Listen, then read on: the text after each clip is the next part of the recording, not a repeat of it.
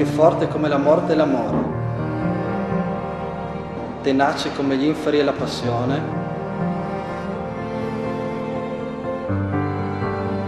le sue vampe sono vampe di fuoco. Le grandi acque non possono spegnere l'amore, né i fiumi travolgerlo.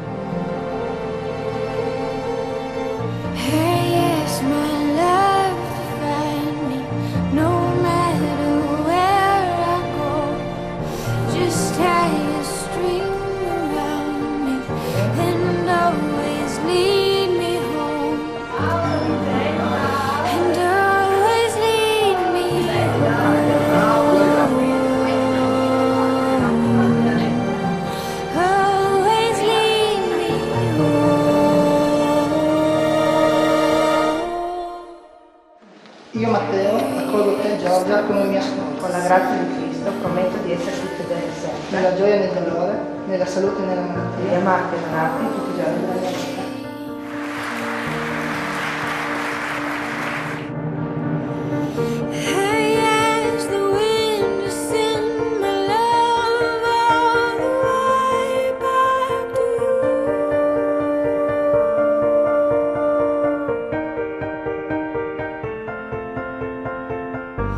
Allora io vi auguro che tra 50-60 anni possiate ritornare in questa chiesa. Certamente la carrozzeria sarà un po' più scassata, ma il cuore sarà più giovane.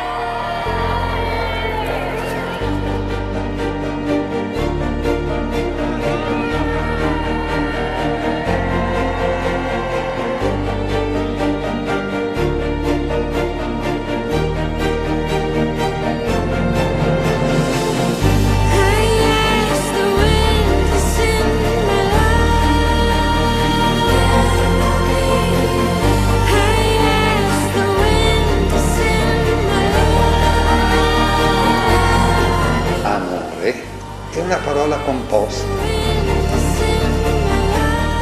da a, che vuol dire non,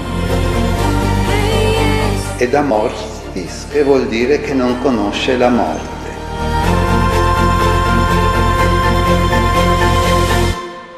Che non ha mai fine.